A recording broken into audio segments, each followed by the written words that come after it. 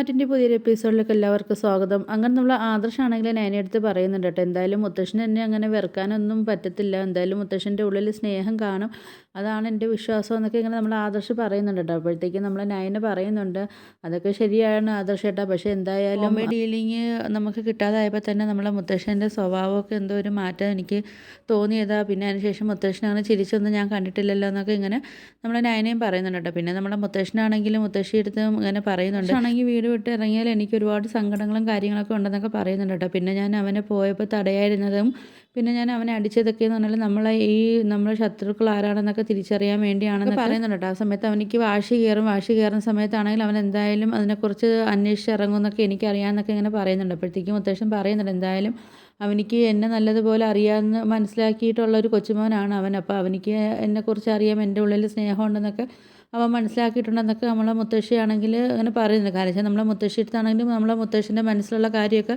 തുറന്ന് പറഞ്ഞിട്ടുണ്ടല്ലോ, അതുകൊണ്ട് മുത്തശ്ശിക്കും നമ്മളെ മുത്തശ്ശിനെ ഇപ്പോൾ മനസ്സിലാവുന്നുണ്ടല്ലോ. എന്തായാലും നമ്മളെ മുത്തശ്ശി ചോദിക്കുന്നുണ്ട്, എന്തായാലും ഇതുവരെയ്ക്കും നമ്മളെ കൊച്ചുമോനാണെങ്കിൽ ഇദ്ദേഹത്തിൻ്റെ ഇങ്ങനെ ദേഷ്യപ്പെട്ട് മുഖവും കാര്യങ്ങളൊന്നും കണ്ടിട്ടില്ലല്ലോ, അപ്പോഴത്തേക്കാണെങ്കിൽ അവനിക്കത് മനസ്സിലാവുമെന്നൊക്കെ ചോദിക്കുന്നുണ്ട്. ഇനിയിപ്പം അവൻ്റെ ആ വിഷമവും കാര്യങ്ങളൊക്കെ മാറിക്കാണുമെന്നൊക്കെ മുത്തശ്ശി ചോദിക്കുമ്പോഴത്തേക്കും നമ്മളെ മുത്തശ്ശൻ പറയുന്നുണ്ട്, അത് നിനക്ക് അവനെക്കുറിച്ച് അറിയാൻ വയ്യാത്തതുകൊണ്ട്. എനിക്കാണെങ്കിൽ സങ്കടം വരുന്ന സമയത്താണെങ്കിൽ അവനിക്ക് അവൻ സ്നേഹിക്കുന്നവരുടെ മുമ്പിൽ അവന് ജയിച്ച് കാണിക്കണം എന്നുള്ള വാശിയും പിന്നെ വീറും ഒക്കെ അവനിക്ക് വരുമെന്നൊക്കെ ഇങ്ങനെ മുത്തശ്ശിയാണെങ്കിൽ പറയുന്നുണ്ട് കേട്ടോ. അപ്പോഴത്തേക്കാണെങ്കിലും നമ്മളെ മുത്തശ്ശൻ പറയുന്നുണ്ട്, പിന്നെ അവനാണെങ്കിൽ ഇപ്പം നമ്മളെ ശത്രുക്കളെ കുറിച്ചൊക്കെ അന്വേഷിക്കുന്നെന്നൊക്കെയാണ് ഒരു അറിവ് എനിക്ക് കിട്ടിയത്. ഞാനൊരാളത്ത് ചോദിച്ചപ്പോഴേ അയാൾ ഇങ്ങനെ പറഞ്ഞത്, ഇപ്പം ആ അന്വേഷണത്തിലാണ് ആദർശം എന്നാണ് പറഞ്ഞതെന്നൊക്കെ പറയുന്നുണ്ട്. നമ്മളെ മുത്തശ്ശൻ പറയുന്നുണ്ട്, എന്തായാലും എനിക്ക് 100% ഉറപ്പാണ് അവനാണെങ്കിൽ വിജയിച്ചിട്ടാണെങ്കിൽ അവനെ തിരിച്ചിവിടെ വരത്തുള്ളൂ, അതുപോലെ തന്നെ നമ്മളെ ശത്രുവിനെ ആണെങ്കിൽ എൻ്റെ മുമ്പിൽ അവൻ കൊണ്ട് കാണിച്ചു തരുമെന്നൊക്കെ പറയുന്നുണ്ട് കേട്ടോ. ആ സമയത്ത് നമ്മളെ മുത്തശ്ശൻ പറയുന്നുണ്ട്, എന്തായാലും നമുക്ക് കുറച്ച് നേർച്ചയും കാര്യങ്ങളൊക്കെ പോയി നമുക്ക് ചെയ്യാം, എനിക്ക് കുറച്ച് വഴിപാടും കാര്യങ്ങളൊക്കെ ഉണ്ടെന്നൊക്കെ നമ്മളെ മുത്തശ്ശൻ പറയുന്നുണ്ട് കേട്ടോ. ആദർശിന് വേണ്ടി എനിക്ക് ചെയ്യണമെന്നൊക്കെ പറയുന്നുണ്ട്. ആ സമയത്താണെങ്കിലും മുത്തശ്ശി പറയുന്നുണ്ട്, ഞാനും കുറച്ച് നേർച്ചയും കാര്യങ്ങളൊക്കെ നേർന്നിട്ടുണ്ടായിരുന്നു, അപ്പം ഞാൻ അങ്ങോട്ട് പറയാൻ വേണ്ടി ഇരുന്നതായിരുന്നു എന്നൊക്കെ പറയുന്നുണ്ട്. എന്തായാലും ആദർശ് മോൻ എന്തായാലും എത്രയും പെട്ടെന്ന് എല്ലാ രഹസ്യങ്ങളും എല്ലാം കണ്ടുപിടിച്ച് നല്ല വിജയത്തോടെ മോൻ തിരിച്ച് ഇവിടേക്ക് വരാൻ വേണ്ടിയൊക്കെ നമുക്ക് പോയി പ്രാർത്ഥിക്കാമെന്നൊക്കെ പറയുന്നുണ്ട് കേട്ടോ. അങ്ങനെ നമ്മളെ മുത്തശ്ശനും മുത്തശ്ശിയൊക്കെ ആണെങ്കിൽ ദേവ്യാനി അടുത്തൊക്കെ യാത്ര പറഞ്ഞിട്ടാണെങ്കിൽ അമ്പലത്തിലോട്ട് പോകുന്നുണ്ട്. അപ്പം നമ്മൾ ദേവ്യാനി ചിന്തിക്കുന്നുണ്ട്, ഇതെന്താ ഇപ്പം മുത്തശ്ശി അച്ഛനും അമ്മയും ധൃതി പിടിച്ച് അമ്പലത്തിലേക്ക് എന്താ പോകുന്നതെന്നൊക്കെ ഉള്ളൊരു ചിന്ത നമ്മൾ ദേവ്യാൻ്റെ മനസ്സിൽ വരുന്നുണ്ട് കേട്ടോ. അപ്പോഴത്തേക്ക് ഇനിയും ആദർശിൻ്റെ അടുത്തുള്ള ദേഷ്യവും കാര്യങ്ങളൊക്കെ അച്ഛന് ഇല്ലേ എന്നൊക്കെ ഇങ്ങനെ ചിന്തിക്കുന്നുണ്ട്. മനസ്സിലിപ്പോൾ ദേഷ്യമൊക്കെ പോയോ എന്നൊക്കെ ഉള്ളൊരു ചിന്തയൊക്കെ നമ്മളെ നമ്മളെ ദേവ്യാനിയുടെ മനസ്സിൽ വരുന്നുണ്ട് കേട്ടോ. എന്നിട്ട് നമ്മളെ മുത്തശ്ശനും മുത്തശ്ശി അമ്പലത്തിൽ പോയിട്ട് നേർച്ച വഴിപാടൊക്കെ ചെയ്തിട്ടാണെങ്കിലും മുത്തശ്ശനാണെങ്കിൽ ഇഷ്ടമൊക്കെ ചെയ്തിട്ടാണെങ്കിലും നമ്മളെ മുത്തശ്ശനാണെങ്കിൽ ക്ഷീണിച്ചിട്ട് പുറത്തോട്ടൊക്കെ വരുന്നുണ്ട് കേട്ടോ. അപ്പോഴത്തേക്കും മുത്തശ്ശൻ ഇങ്ങനെ പ്രാർത്ഥിക്കുന്നുണ്ട്, എന്തായാലും എത്രയും പെട്ടെന്ന് ആദർശന് വിജയം കണ്ടെത്തണമെന്നൊക്കെ ഉള്ള ഒരു പ്രാർത്ഥനയും കാര്യങ്ങളൊക്കെ പ്രാർത്ഥിച്ചിട്ട് മുത്തശ്ശൻ ഇങ്ങോട്ട്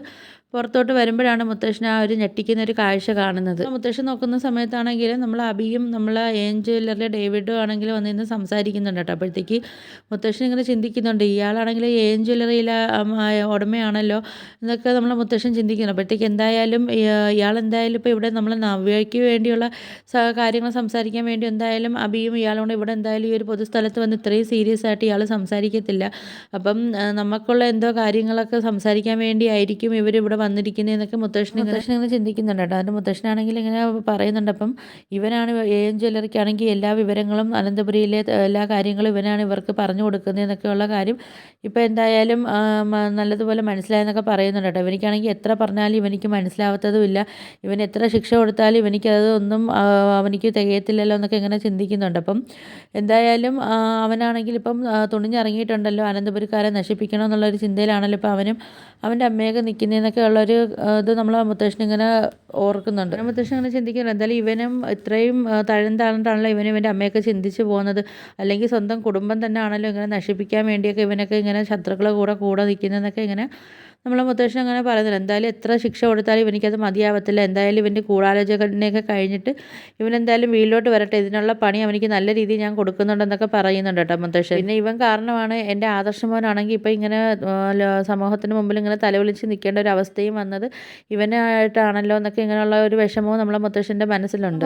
മുത്തശ്ശിയാണെങ്കിൽ അമ്പലത്തിൽ നിന്നൊക്കെ തിരിച്ച് പോകുന്നുണ്ട് കേട്ടോ. ആ സമയത്ത് മുത്തശ്ശി പറയുന്നുണ്ട്, എന്തായാലും ഇവൻ ആൾ കൊള്ളാലോ, ഇവനെ എന്തായാലും ഇനിയും വെറുതെ വിടരുത്, ഇവൻ കാരണമാണ് നമ്മളിപ്പോൾ ഈ ഒരു അവസ്ഥയിലെത്തിയതും അത് കണക്കാൻ ഇനി ഇവൻ്റെ പിന്നിൽ വേറെ ആരെങ്കിലും ഉണ്ടോ എന്ന് അറിയാൻ വയ്യല്ലോ എന്നൊക്കെ പറയുന്നുണ്ട്. ഇവൻ കാരണം നമ്മൾ ആദർശ് മോൻ എത്ര സങ്കടപ്പെട്ടെന്നൊക്കെ ഉള്ള കാര്യവും മുത്തശ്ശി ഇങ്ങനെ പറയുന്നുണ്ട്. അങ്ങനെ മുത്തശ്ശനാണെങ്കിൽ പറയുന്നുണ്ട് എന്തായാലും ആദർശ് മോനാണെങ്കിൽ ഇപ്പോൾ ഇതിൻ്റെ കാര്യങ്ങളൊക്കെ എന്തായാലും ഇപ്പോൾ അന്വേഷിച്ചുകൊണ്ടിരിക്കുമല്ലേ, അപ്പോൾ ഇത് കണക്ക് എനിക്കും വീട്ടിലും ഇതിനെയൊക്കെ കുറിച്ചൊന്ന് എനിക്ക് അന്വേഷിക്കണമെന്നൊക്കെ പറയുന്നുണ്ട് കേട്ടോ. എന്തായാലും ആദർശ് മോനാണെങ്കിൽ ഇതിനെക്കുറിച്ചുള്ള എല്ലാ അന്വേഷണങ്ങളും പൂർത്തിയാക്കിയിട്ട് എന്തായാലും സത്യാവസ്ഥ ആദർശ് മോൻ തെളിയിക്കട്ടെ. അതിനുശേഷം വേണം എനിക്ക് ഇവൻ്റെ കാര്യത്തിൽ എനിക്ക് അടിയന്തരമായിട്ട് എനിക്കൊരു തീരുമാനം എടുക്കാനെന്നൊക്കെ ഇങ്ങനെ മുത്തശ്ശനാണെങ്കിൽ പറയുന്നുണ്ട് കേട്ടോ. അപ്പോൾ നിങ്ങൾക്ക് എൻ്റെ വീഡിയോസൊക്കെ ഇഷ്ടപ്പെടുകയാണെങ്കിൽ ഒന്ന് ലൈക്ക് ചെയ്ത് ഷെയർ ചെയ്ത് സബ്സ്ക്രൈബ് ചെയ്ത് കൊള്ള ബെല്ലൈക്കൺ എനേബിൾ ചെയ്ത് ഒന്ന് ഹൈപ്പ് ചെയ്ത് സപ്പോർട്ട് ചെയ്യണേ.